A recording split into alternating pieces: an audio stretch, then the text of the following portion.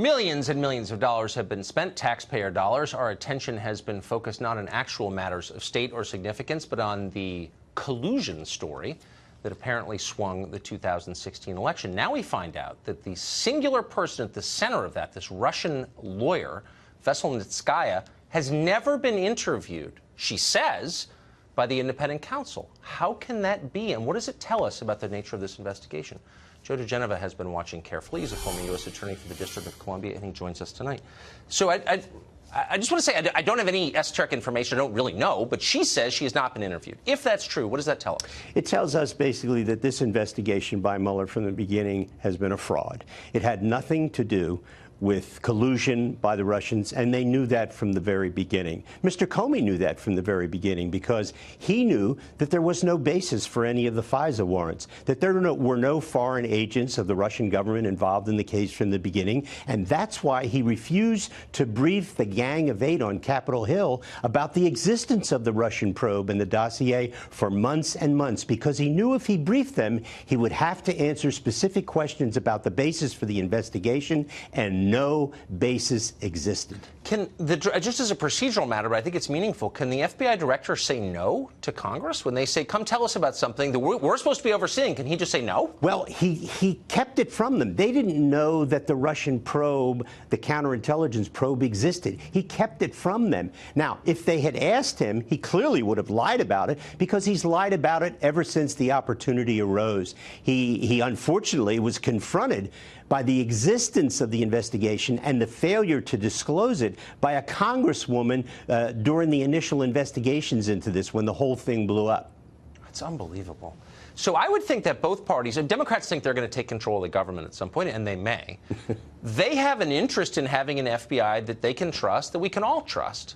So why is nobody on the left calling for charges to be filed against the former deputy director of the FBI, who, according to the IG, lied? Isn't that perjury? Wouldn't that warrant a prosecution? Well, there's no doubt that McCabe should be prosecuted. Whether or not he will be remains to be seen. I tend to think that it's almost impossible not to. Now that they've charged Michael Flynn with lying, right, and George Papadopoulos and all these little people who've done absolutely nothing wrong, there's no way you can't charge Andrew McCabe.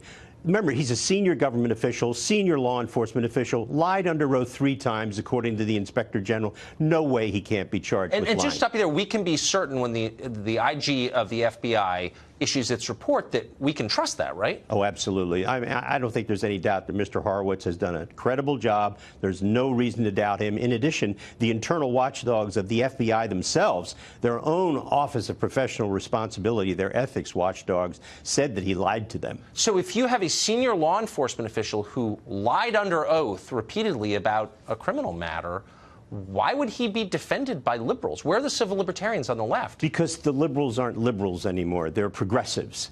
And remember, it was the progressives who created all the horrible movements in the 1920s and 30s.